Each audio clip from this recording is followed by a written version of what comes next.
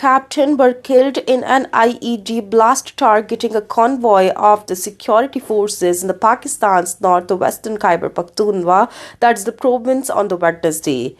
Also, the Inter-Service Public Relation, that is the ISPR, the military media wing, also said the same. The convoy came under the attack in the Sultani area in the restive Kurram tribal district bordering Afghanistan. Also, in the ensuing gun battle, 7 terrorists were also killed. The terrorists opened fire on the convoy of the soldiers while it was moving through the area. Also, during the engagement, an improvised explosive device, that is IED, detonated near the Dogar, causing heavy casualties.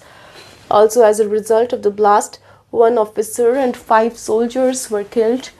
The security forces have also cordoned off the area and launched a search operation to trace the perpetrators. The Pakistan has seen a surge in the terrorist attacks, particularly in the Khyber Pakhtunkhwa and Balochistan, mostly targeting the police, law enforcement personnel and security forces. The spike followed the banned Tehreek-e-Taliban Pakistan's breach of a ceasefire agreement with the government in 2022. On the Sunday, the security forces foiled 2 major terrorist infiltration attempts from Afghanistan, killing 25 militants, including 4 suicide bombers, and seizing a large cache of the weapons and explosive in the separate operations in the North Waziristan and the Kurram districts. It is according to the ISPR. The Pakistan's Defense Minister Khwaja Asif also on the Wednesday threatened the Afghan Taliban and also said that the Islamabad would never and would not even need a fraction of its arsenal to completely obliterate them and drive them back to the caves for hiding. Amid worsening tensions and after a 4-day dialogue in Istanbul between the two nations failed, the Asif posted the warning on the X platform.